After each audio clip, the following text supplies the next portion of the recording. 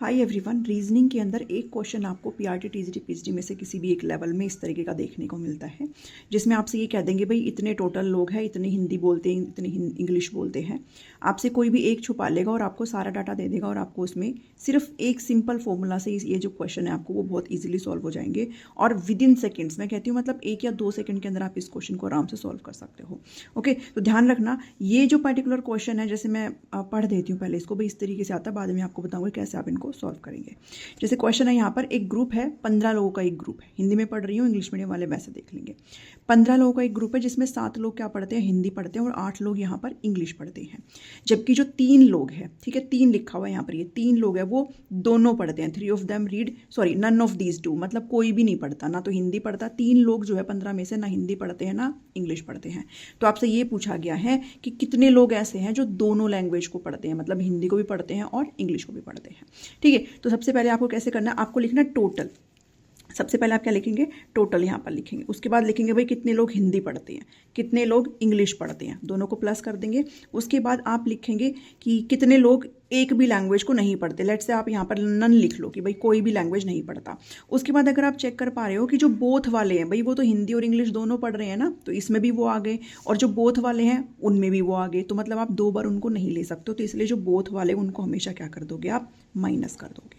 ठीक है, सिर्फ लैंग्वेज नहीं, कुछ भी आपसे कह दे, मान लो आपसे कह दे भाई इतने लोग कबड्डी खेलते हैं, इतने लोग क्रिकेट खेलते हैं, फलाना खेलते हैं, डिमका खेलते हैं, तो जो भी चीज़ है आप यहाँ पर ये लिखोगे कि टोटल, तो आप इधर लिखोगे, ये लिखोगे भाई पहली चीज़ कौन कितना कर रहा है, दूसरी चीज़ कौन कितना कर रहा है। फिर जो नन वाला है उसको हमेशा प्लस करके लिखेंगे, और जो बोथ वाला है उसको हमेशा क्या कर देंगे, माइनस कर देंगे। ठीक है, क्योंकि ये यहाँ पर भी आपके काउंट हो रहे हैं।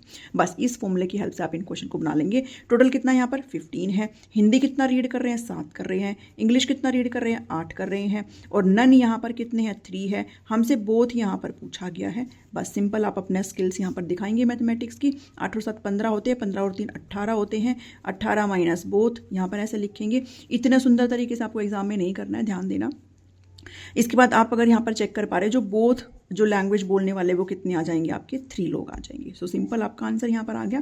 ऑप्शन नंबर 2 आपका यहाँ पर करेक्ट हो जाता है। और आपको मैं एक चीज़ और बताऊँ, ये वाला जो पर्टिकुलर क्वेश्चन है ये आपको 3 बार रिपीट पे पूछा गया है। 3 टाइम्स आपसे ही जो है वो रिपीट पे पूछा गया है। 2023 के अंदर पूछा गया है, 2019 के अंदर पूछा गया है, और 20-21 में से किसी एक पेपर के अंदर आपसे जो है वो पूछा गया है। ठीक है, तो ऐसा नहीं है कि सिर्फ पीजीटी को पूछा गया, पीआरटी को भी पूछा गया, टीजीटी को भी पूछा गया और पीजीटी को भी पूछा गया है। नेक्स्ट इस क्वेश्चन को देखेंगे। अब ये भी सेम तरीके से बनेगा। इसमें कह रहे हैं भाई टोटल आपसे कितने लोग दिए गए हैं, 1865 लोग जो है वो टोटल दिए गए हैं।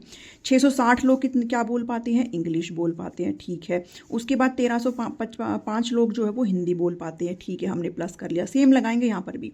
अब यहाँ पर आपसे पूछा गया कि 120 पर्सन है वो can not speak either language, कोई भी लैंग्वेज नहीं बोल पाते हैं। मतलब कि 120 को यहाँ पर आप क्या कर लेंगे भाई, प्लस कर लेंगे, क्योंकि वो कोई भी लैंग्वेज नहीं बोल रहे हैं।